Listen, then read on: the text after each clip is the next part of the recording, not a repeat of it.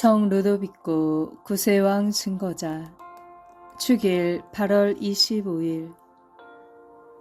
13세기는 세도와 인심이 퇴폐하고 신앙 도덕이 위기에 봉착한 한편, 하느님의 섭리는 아시시의 성 프란시스코, 성 도미니코, 성녀 클라라 등 위대한 성인 성녀들을 배출하여 그 위기를 구원하게 하신 때였다. 성 프란시스코가 창립한 제3회 회원들의 훌륭한 모범은 세상 사람들의 사기를 도두었고, 그 가마력은 유럽 각국에 뻗쳤을 뿐 아니라 어마어마한 제왕의 궁전에까지 미쳤다. 후에 프란시스코회 보호자로서 추대를 받은 프랑스의 황제 성 루도비코는 아시시 성인의 청빈 및 사도적 열성에 감격하여 열심히 그 뒤를 따르기에 노력한 결과 성인으로 공경을 받게 된 분이다. 이 고귀한 신분인 성자는 1215년 4월 25일 프랑스 포아시 궁전에서 루이 8세 아들로 태어났다. 그가 후에 성인이 된 최초의 원인은 신심이 두터운 어머니 블랑슈의 영향이었을 것이다.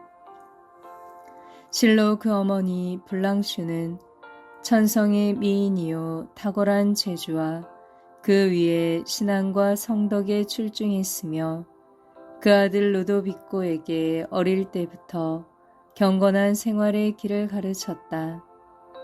나는 어떤 어머니에게도 못지않게 너를 애정으로서 대한다.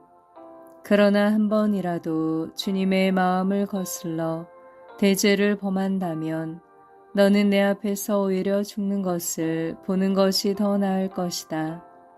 하며 부드러운 어린 마음 속에 죄악을 두려워하는 정신을 깊이 박아주었다. 그리고 루도비코는 이런 어머니의 교훈을 생전 잊지 않았다. 어머니 블랑슈는 종교 교육만으로 그치지 않고 지육, 체육, 문무를 겸한 교육을 등한히 하지 않았다.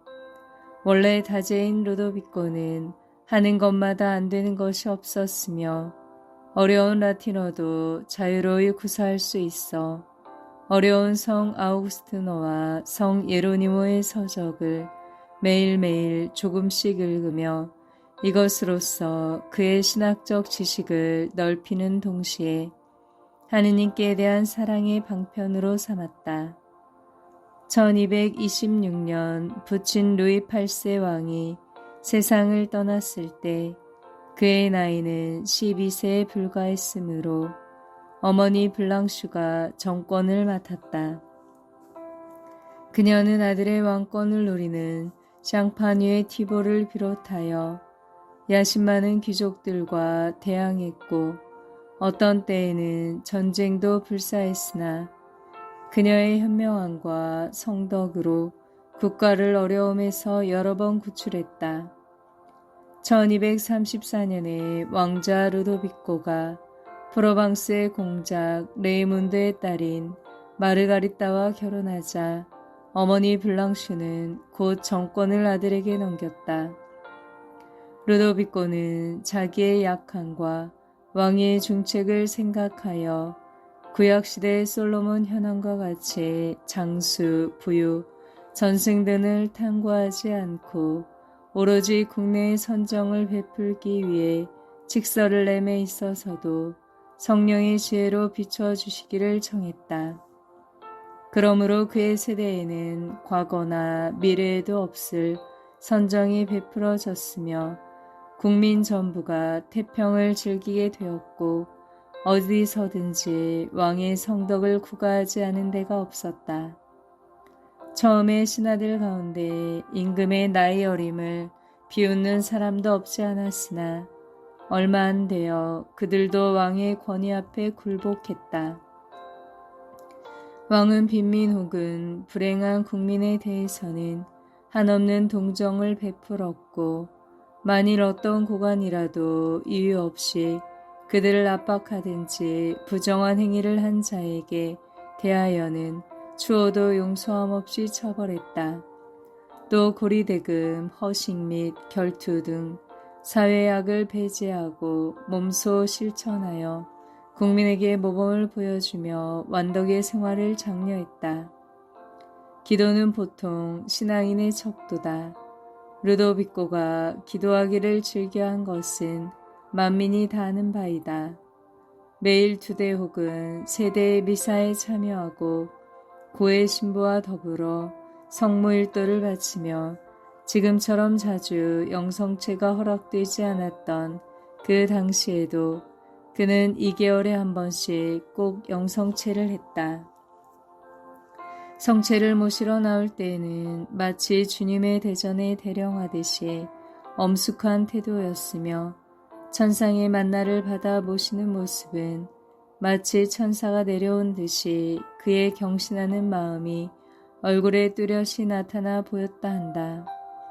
하루는 어떤 신하가 그의 신심을 비난하며 너무 많은 시간을 소비한다고 하자 왕은 만일 내가 미사 참여가 아닌 사냥이나 노름으로 더 많은 시간을 소비했다면 귀관들은 나를 질책하지 않았을 것인가.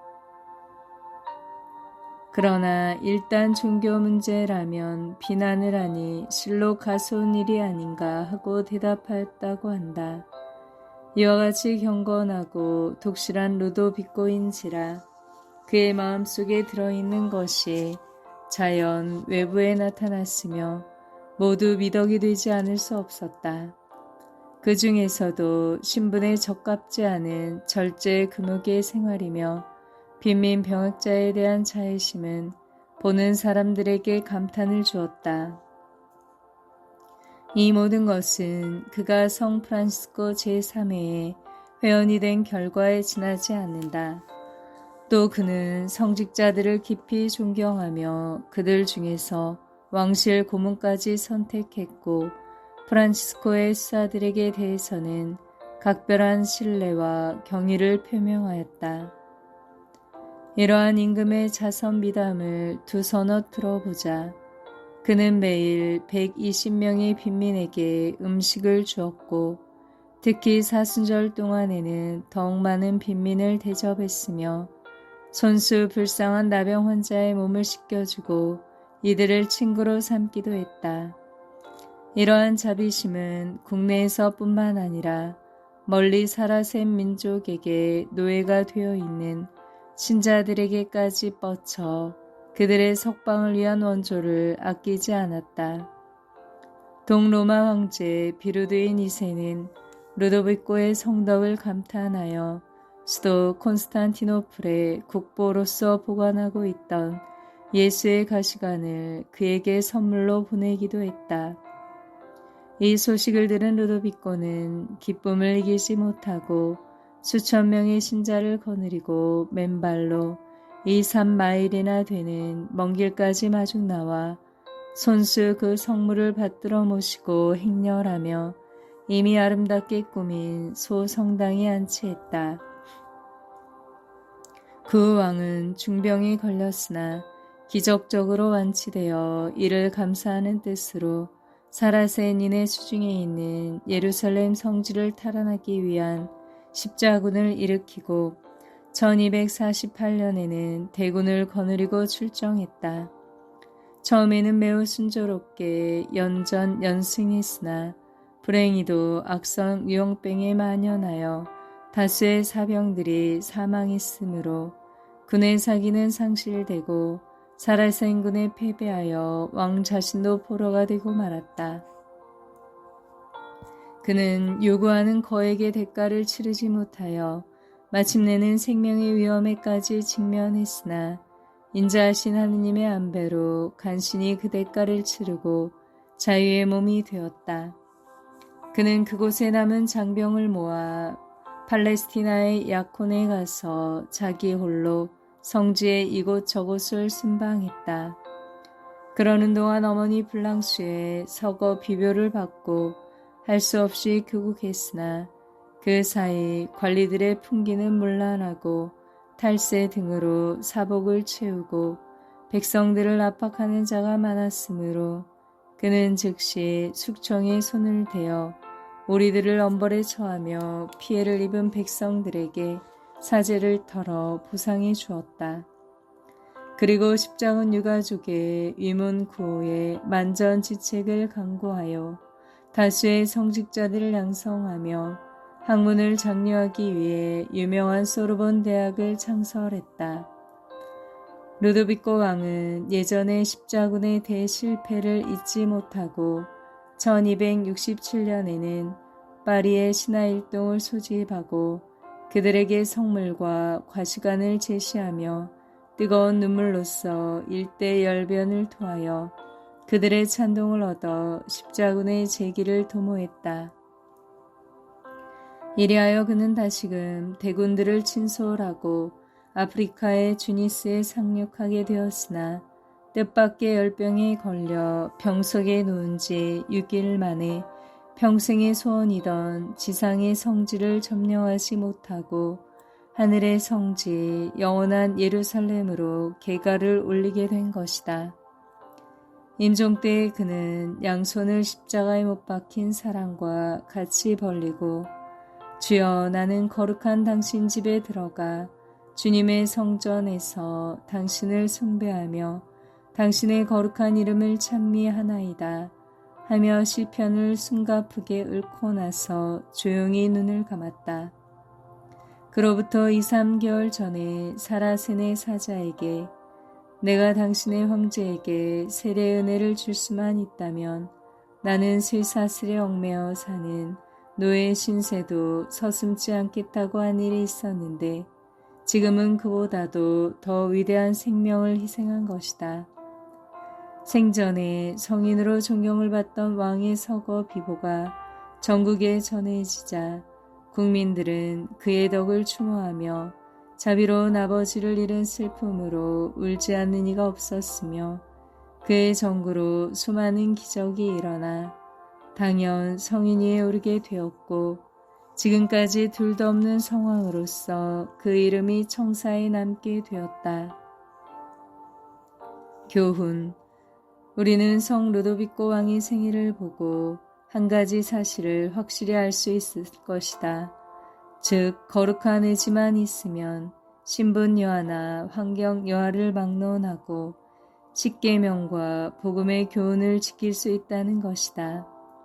그러니 우리도 성 루도비코와 같이 주님의 성의를 따를 확고한 결심을 갖고 주님께서 주시는 은총을 잘 받아들이면 성인들과 같이 천국의 예루살렘에 무난히 입성할 수가 있을 것이다.